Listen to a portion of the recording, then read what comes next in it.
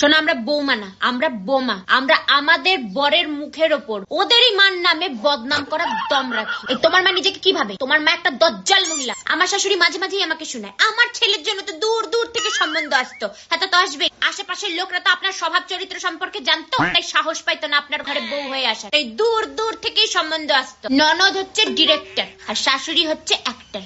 ননদ ফোনে ফোনে ডিরেকশন দেয় আর শাশুড়ি এগুলা করে। শাশুড়ি যদি হয় পেট্রোল, ননদ তাইলে দেশলাই। তবে ঢোল তবলা ঘন্টি বড়ি হয়। যার কথাই শুনবে ফাঁসবে তো ওই মালটাই। প্রত্যেকটা শাশুড়ি দেখবা বলবে, ও মা এটাও শিখে আসো নাই, ও মা তোমার মা এইটাও শেখায় না। শোনো, এটা আমার বাপের বাড়ি, কোন স্কুল না। আর যদি শিখেও যাও তাহলে বলবে আমরা তো এরকম করি না, আমাদের তো এরকম হয় না। এটা রান্না হচ্ছে, এই ছিড়ি এইটাও পারো না। আরে এত সমস্যা যখন নিজে গিয়ে করো। বৌমা বাড়িতে আসার পরেই দেখবা ওরা আর কোনো কাজ করতে পারে না। তাহলে আগে এই কাজগুলা কে করতো? আমি বুঝি না এটা শাশুড়ি নাকি স্কুলের প্রিন্সিপাল। সবসময় পারমিশন নিতে লাগবে। May I go to market, may I go to বাপের বাড়ি, ডাব্বে মে ডাব্বা, ডাব্বে মে আলু। সব শাশুড়ি গুলাই হয় এক নম্বরের চালু।